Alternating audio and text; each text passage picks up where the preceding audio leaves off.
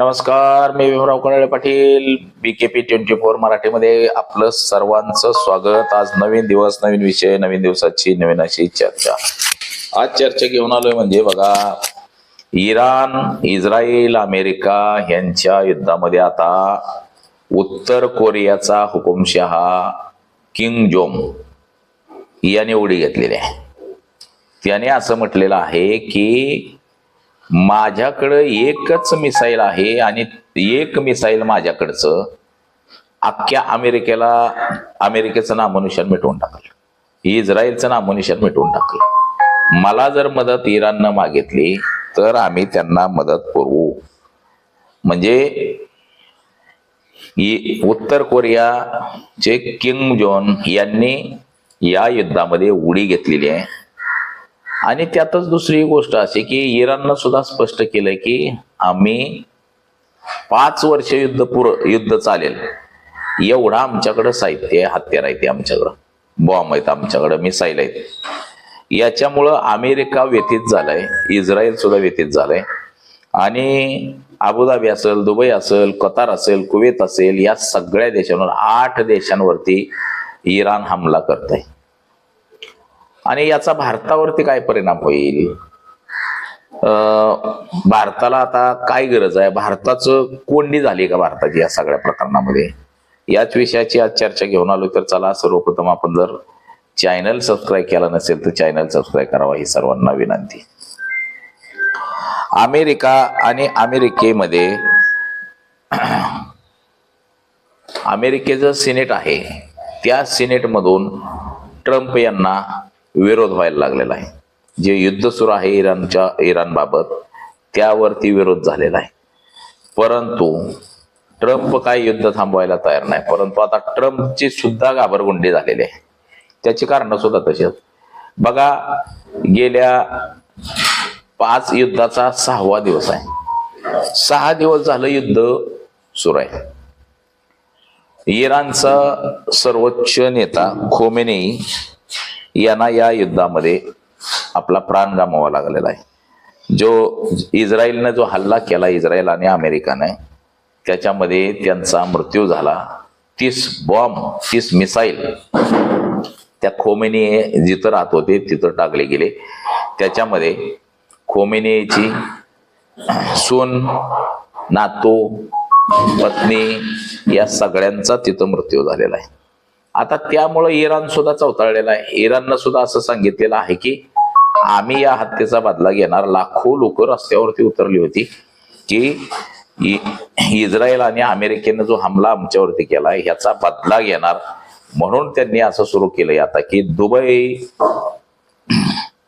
Qatar, Sharjah, Israel अशा देशांमध्ये जी अमेरिकेची तळं आहे त्या ठिकाणावरती हमला करायला सुरुवात केली आणि जोरदार असा हमला केला जातोय. अमेरिकेची जी तळं होती तिथं, युद्ध तळं सगळीच्या सगळी नष्ट केलेली आहेत. अमेरिकेचे अनेक सैनिक मारले गेलेले आहेत.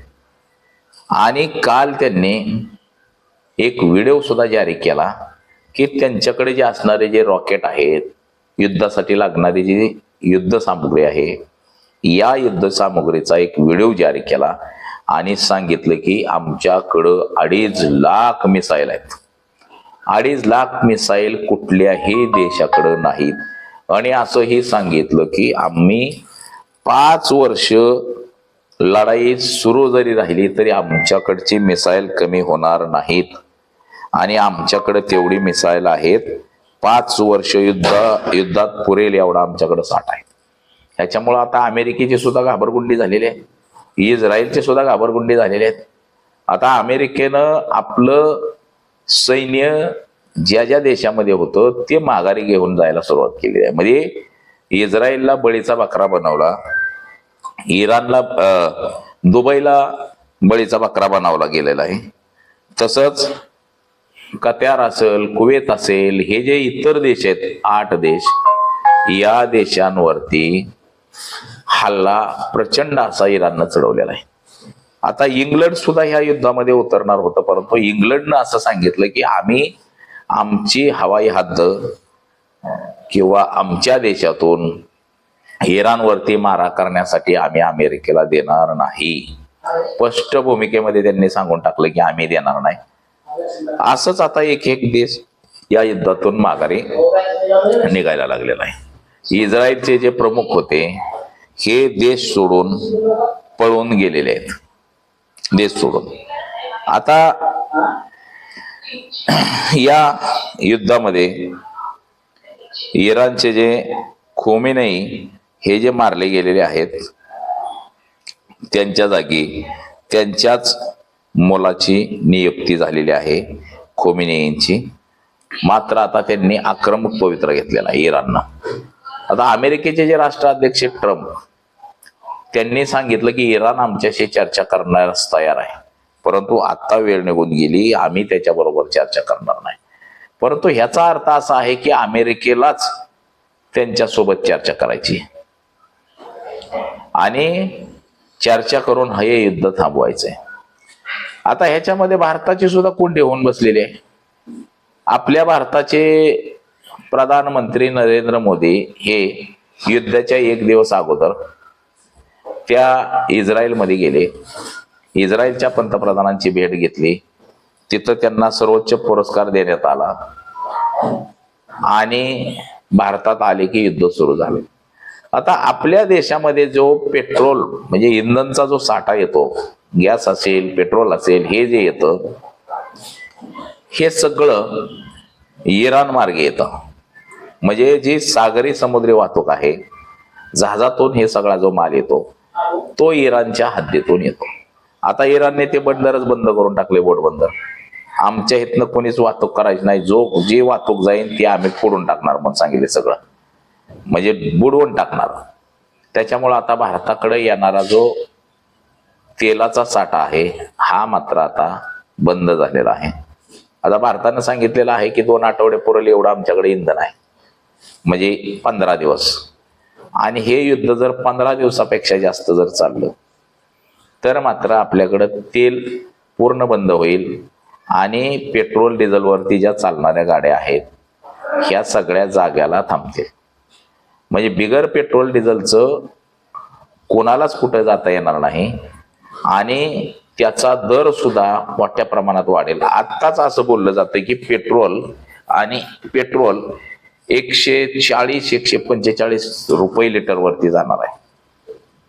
आता ह्याचा अर्थ असा आहे की हे जर महागलं 150 रुपयावर पेट्रोल डिझेल गेलं तर मात्र देशांतर्गत प्रचंड अशी महागाई वाढेल, खूप अशी महागाई वाढेल.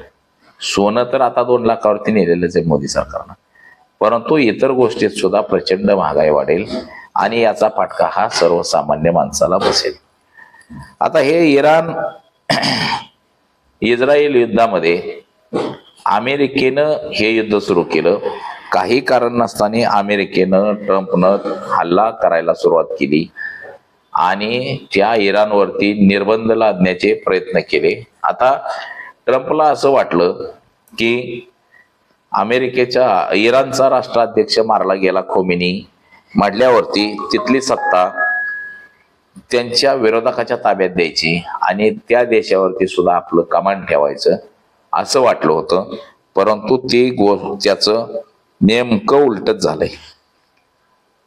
त्या खोमेनीला मारल्यानंतर मात्र इराण मधली सगळी जनता रस्त्यावर उतरली. जे विरोधक होते ते सुद्धा रस्त्यावर उतरले. त्यांचं असं मत आलं की आमचा विरोध हा आमच्या देशातल्या नेत्यांना आहे, परंतु आमच्या देशातल्या नेत्यांना जर अशा पद्धतीनं मारलं गेलं तर मात्र आम्ही सगळे एकत्र आहे. आणि त्यांनी एकी काय असते ही दाखवून दिली. सगळा देश एकत्र झाला. खोमेनीचे पुत्र राष्ट्राध्यक्ष बनले. सगळी देशाची कमान त्यांच्या हातात गेली आणि आता त्यांनी बापाच्या मौतीचा बदला हा प्रचंड मिसाईल टाकून घेण्याचा सुरुवात केलेली आहे. इस्रायलवरती एवढे मिसाईल टाकले गेलेत की इस्रायलची हालत खराब होऊन गेली. दुबईवरती मिसाईल टाकले, कतारवरती मिसाईल लागले. म्हणजे अमेरिकेनं जिथं जिथं हवाई तळ बनवले होते ज्या ज्या देशात 8 देशांमध्ये, त्या 8 देशांवरती इराणनं प्रचंड हल्ला चढवलेला आहे. आता अमेरिकेचीच घाबरगुंडी झाली ह्याच्यामध्ये सगळी. अमेरिकाच आपलं सैनिक घेऊन अमेरिकेला जायला लागले. अमेरिकेत सुद्धा अमेरिकेच्या लोकांचा ट्रम्पला प्रचंड विरोध वाढलेला आहे. आता असंही बोललं जातं की जी एपेस्टिन फाईल निघली होती ती एपेस्टिन फाईल कडलं लक्ष विचलित करण्यासाठी ट्रम्पनं हे युद्ध सुरू केलंय असंही बोललं जातं. परंतु आता ह्याच्यामध्ये किम जोन यांची एंट्री झालेली आहे. आता एका बाजूला अमेरिका, इस्रायल, भारत हे सगळे एका बाजूला झालेत आणि एक दुसऱ्या बाजूला चीन, जपान, रूस, उत्तर कोरिया हे सगळे बलाढ्य देश एका बाजूला झालेत. आता हे तिसरं महायुद्ध पेटतंय की काय अशी सुद्धा आता शंका उपस्थित झालेली आहे. अशी सुद्धा चर्चा सुरू झालेली आहे की तिसरं महायुद्ध आता पेटतंय की काय. म्हणजे तशा पद्धतीने ते सुरूच झालेलं आहे. जे अंध महिला बाबा भिंगार यांनी जे भविष्य वर्तवलं होतं ते भविष्य आता कुठेतरी खरं होताना आपल्याला दिसतंय.